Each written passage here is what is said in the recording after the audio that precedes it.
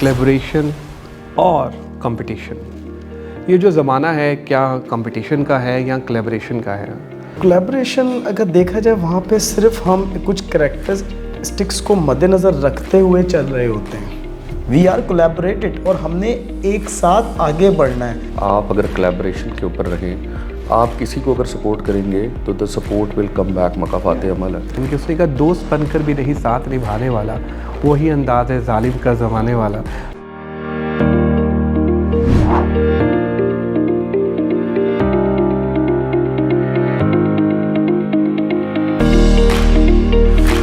आउज़ बिल्लाहि मिनश शैतानिर्रजीम, बिस्मिल्लाहिर्रहमानिर्रहीम, अल्लाहुम्मा सल्लि व सल्लिम अला सय्यिदिना मुहम्मदिन व आलिहि बिक़द्रि हुस्निही व जमालिही व नूरिही व कमालिही। अस्सलामु अलैकुम दोस्तों, हसन रज़ा आज एक दफ़ा फिर आपकी खिदमत में हाजिर है। दोस्तों, हमें आपका फ़ीडबैक मिला था कि हसन भाई एक इम्पॉर्टेंट टॉपिक पे बात करें, वो ये है कि कंपटीशन पे हम फोकस करें या कोलैबोरेशन पे हम फोकस करें। क्या कंपटीशन जो है वो हमारे लिए इम्पॉर्टेंट रोल प्ले करता है या फिर हमें मिल के एक एज ए टीम हमें काम करना चाहिए और फिर टारगेट को अचीव करना चाहिए?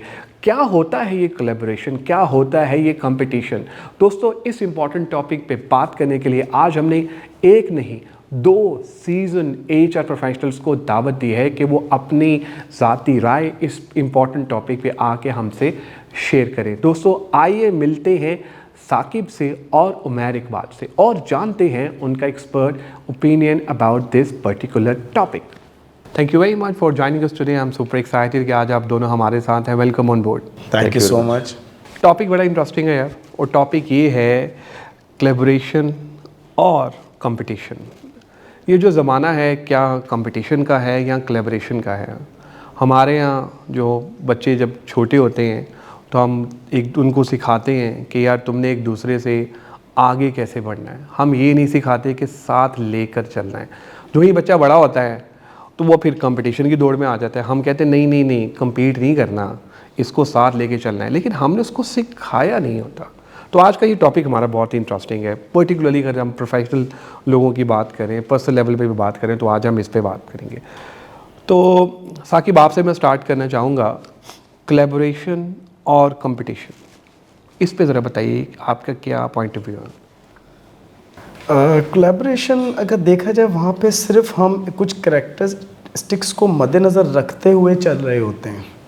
अगर मैं कहूँ मैंने आपके साथ कोलैबोरेशन करनी है तो कुछ टर्म्स एंड कंडीशंस आ जाती हैं, ठीक है। इसी तरह आपका जो नेक्स्ट था कंपटीशन, अगर आप कंपटीशन पे आते हैं, मैं कहूँ अच्छा यार कोलैबोरेशन तो हो गई, कैरेक्टरिस्टिक्स सेट हो गए, हमने इस तरह चलना है। अब मैं कैसे अपनी चीज़ों को, अपने प्लेटफॉर्म को मैं इससे आगे कैसे करूं? वो चीज़ तभी आती है जब हम जिन लोगों में बैठते हैं और जिन चीज़ों को देखते हैं। छोटी सी एग्जांपल है, कोयले की कान में जब मैं बैठूंगा तो मैं काला होके ही निकलूँगा, लेकिन जब मैं अच्छी सोबत में बैठूंगा तो अच्छी खुशबू लेके निकलूँगा। तो ये बहुत ज़रूरी होता है और अगले का भी बहुत ज़रूरी है कैरेक्टरिस्टिक्स। अगर लेट्स से कि मैं एज अ कंपटीशन पे नहीं जा रहा, अगर अगला जा रहा है तो मैंने उसको कैसे कैरी करना है कि नहीं यार, we are not here for the competition, we are collaborated और हमने एक साथ आगे बढ़ना है। तो इस चीज़ को मद्देनज़र रखना बहुत ज़रूरी है, जो कि आजकल 99% नहीं है। हर बंदा सिर्फ़ और सिर्फ ये देखता है कि यार मैंने निकलना कैसे और पैसा। ये चीज़ अगर हम रीथिंक करना शुरू कर दें, अपने आप से एक दफ़ा बैठ के देखें चीज़ें, शोहरत, जितनी भी आप चीज़ें, पैसा देख लें, ये एक टाइम तक ऊपर जाता है, उसके बाद या तो स्टेबल हो जाता है या फिर नीचे आ जाता है। अगर आप जहन में इस चीज़ को लेकर समझ लें, फिर आप एक सक्सेसफुल इंसान हैं और एक अच्छी कोलैबोरेशन किसी के भी साथ कर सकते हैं, सिर्फ एक के साथ नहीं। जब आपके करैक्टरिस्टिक्स सबको मार्केट में भी पता होंगे कि नहीं यार, इस बंदे का विज़न पैसा नहीं है, इस बंदे का विज़न ले के चलना है। जिस तरह सुन्नत में भी है कि अगर आपके दुकान के साथ कोई आप ही का कंपटीटर आ रहा है तो उसको जाके दुआएं दो और उसके साथ बैठो, उसको बिज़नेस दो। वो आप जिस नीयत से कर रहे होंगे वो अल्लाह की रज़ा के लिए कर रहे होंगे, जो उसके पास जाएगा उससे डबल आपके पास आएगा, ये आप लेके आ रहे हो। बिल्कुल सही, बिल्कुल सही। अच्छा उमैर, इसी क्वेश्चन को ज़रा मैं रिलेट करूँगा। देखिए हमारे यहाँ पाकिस्तान में पॉलिटिकल पार्टीज़ हैं, हम आपस में कोलैबोरेशन नहीं करते हैं। हम क्या करते हैं, एक पार्टी दूसरी पार्टी को नीचा दिखाती है, वो समझते हैं कि हम उसको नीचा दिखाएंगे तो फिर हम उस तरह से ऊपर आएंगे। क्या ऐसा है? और ये तरीक़ाकार आप समझते हैं कि ये दुरुस्त है? क्या यार हमें कंपटीशन में ही जाना चाहिए या कोलैबोरेशन करनी चाहिए? Thank you very much, Hassan. The point is, blowing someone else's candle will not make your candle look brighter. My point is, जिस तरह अभी साकिब ने भी कहा, collaboration is the only key in this era and in the next one to come. हम competition करें, skills पे करें, बहुत ज़रूरी है। हेल्दी कंपटीशन करें, स्किल्स पे करें, स्पोर्ट्स में करें, दुनिया के साथ करें। हम कंपटीशन कर रहे हैं कैरेक्टरिस्टिक्स का, बिहेवियर्स का, ज़ात का, पर्सनल लाइफ का। हम जा रहे हैं, तुम कैसे बैठते हो, तुम हंसते कितना बुरा हो, तुम्हारे दांत ऐसे क्यों हैं, तुम्हारे बाल क्यों नहीं हैं, मतलब we are doing this is we call it dirty games. तो हम उस तरफ ज़्यादा फोकस्ड हैं या नहीं है ये नहीं पता, लेकिन बेहतर यह है कि हम उस पर फोकस नहीं होना चाहिए। मैंने जिस तरह एक दफ़ा पहले भी आप ही के साथ डिस्कशन हो रही थी, उसमें यही बोला कि what ever you do, play on your skills, play on your the things that you mark higher. For example, अगर आप मैथ्स में हाई स्कोर कर रहे हैं तो you should go something related to maths. If you are scoring high in history, you should be doing something related to history. So again, I would come back and conclude it as कि collaboration is the next era. जितने अच्छे अब देखें आप, cross marketing हो रही है, जितने बैंक्स हैं वो cross marketing they started off with that.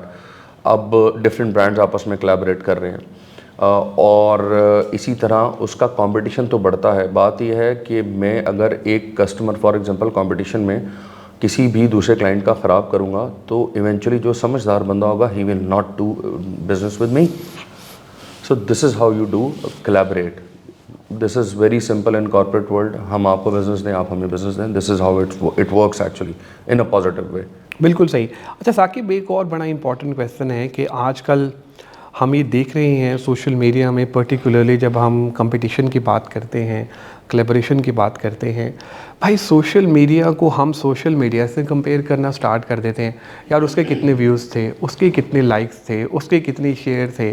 तो आप नहीं समझते कि हम इस कंपटीशन के चक्कर में जो एक्चुअल हमारा काम है कि हम वैल्यू ऐड करें, लोगों की ज़िंदगी में वैल्यू ऐड करें, कुछ ऐसी चीज़ें करवाएं, उससे हम हट रहे हैं। हाँ, उससे बात आपकी बिल्कुल बजाय है, लेकिन मैं इसको दूसरे एंगल से अगर देखूं, अगर आपके फॉलोअर्स और डिफरेंट सोशल मीडिया पे अगर ज़्यादा हैं तो बीइंग अ ह्यूमन बीइंग, मुझे या उमैर या कोई भी आपके इर्द गिर्द के या आपके फैमिली के ही लोग क्यों ना हो, उस प्लेटफॉर्म को एक अच्छा यूज़ करें। जैसे कि नर्चरिंग, अभी बच्चे आज, पहले हमें याद है कि हमें इतना टाइम नहीं दिया जाता था। मैं काफ़ी दिनों से, इवन जब बच्चे बड़े हो रहे हैं उनको टाइम देना पड़ता है। ऑल्दो उस टाइम भी देना पड़ता था क्योंकि हर टाइम साथ लगना पड़ता है, लेकिन इस दफ़ा ज़रा ज़्यादा है। तो क्यों ना कुछ ऐसी चीज़ें आपके प्लेटफॉर्म के थ्रू बच्चों या पेरेंट्स तक पहुंचाई जाएं जो स्पेशली वर्किंग पेरेंट्स हैं, उनको वो बहुत ज़रूरी है। क्योंकि ये जो गैप एक दफ़ा निकल गया वो फिर वापस नहीं आता। तो एटलीस्ट हम पॉजिटिवली इस फॉलोअरशिप को इस तरीके से लिया जा सकता है। दूसरे पर्सपेक्टिव से देखा जाए कि जी हम इस रेस में लग गए, उस रेस से बेहतर है कि आप लोगों के साथ इंटरेक्ट रखें और वो जो आपका जितना एक फॉलोअरशिप बैंक है वो पता हो कि यार ये जो बंदा है ये इस पर्पस के लिए नहीं है कि जस्ट लाइक कर दिया या कमेंट कर दिया या मैंने चार्ज कर लिया कि भाई जी आपकी हसन रज़ा की अगर मैं वीडियो या पोस्ट अगर दूंगा तो जी मैं इतने चार्ज करूंगा। क्योंकि हर चीज़ फिर वही, हमारा जो लास्ट सेशन भी गया था उसमें यही बात हुई थी, पैसा। अगर हर चीज़ ठीक है, पैसा हमारी ज़रूरत है और अभी जो इन्फ्लेशन चल रहा है पाकिस्तान में, ये एग्रीड, लेकिन अगेन अगर मेरा रिस्क लिखा है तो मुझे 7 आसमानों से मिलेगा। अगर मैं सिर्फ पैसे के पीछे ही चीज़ करता रहूँगा तो उसका कोई पर्पस, मैंने कुछ ना खोया ना पाया। मैं उधर ही खड़ा हूँ जहाँ मैं पहले खड़ा था। पैसे ने फिर भी मेरे पास आना है, चाहे वो देर में आए या बाद में आए या बिल्कुल ही एंड लाइफ के आए, वो आएगा ज़रूर। अगर मैं फोकस, असल चीज़ होती है फोकस। इवन हम जॉब भी जब करते हैं तो अगर मेरा फोकस नहीं होगा जॉब की तरफ तो मैं अपनी परफॉर्मेंस नहीं दे पाऊँगा। तो इसी तरह आपकी लाइफ का जो विज़न है, आपकी फॉलोअरशिप, अगर विज़न आपका पॉजिटिव है तो आप सक्सेसफुल। बिल्कुल सही है। अच्छा, साकिब ने बड़ा एक इम्पॉर्टेंट मेरा ख्याल है पॉइंट रेज़ किया, वो मुझे एक बड़ा अच्छा वो याद आ गया सॉन्ग, पैसा पैसा करते हैं पैसे पे क्यों मरते हैं। तो उमैर, ठीक है पैसा इज़ इम्पॉर्टेंट, ये नहीं कि नहीं है, लेकिन ये है कि अगर आप पैसे की खातिर या बाकी चीज़ों की खातिर किसी दूसरे का रिस्क ख़राब कर दें या दूसरे की रेपुटेशन को अगर आप डैमेज दें या प्रॉब्लम्स करें, तो डू यू थिंक दैट कि ये एथिकली भी it's not a good thing? देखिए, मैंने अभी थोड़ी देर पहले एक बात कही कि आप अगर कोलैबोरेशन के ऊपर रहें, आप जिस तरह साकिब ने कहा कि जो रिस्क आपका लिखा है वो आपको मिलना है, और अगर आप किसी और की सपोर्ट करेंगे, ये हमारा अकीदे का भी एक इशू है, we are very bad in these believes. आप किसी को अगर सपोर्ट करेंगे तो the support will come back, मकाफात अमल है, it will come back to you in many ways which you know I have a very strong believe on that. अब हो ये रहा है कि अगेन वही कंपटीशन, अब there is you know I would say it unhealthy competition in terms of a sort of jealousy maybe, but point is कि if we stay positive, we you know always remain hungry for learning। अगर इसको sum up करें, learning, collaboration और आपकी direction अगर if you are focused on it, तो things will go differently than we have planned। मतलब ये एक प्लान हमारा, एक प्लान अल्लाह ताला का है।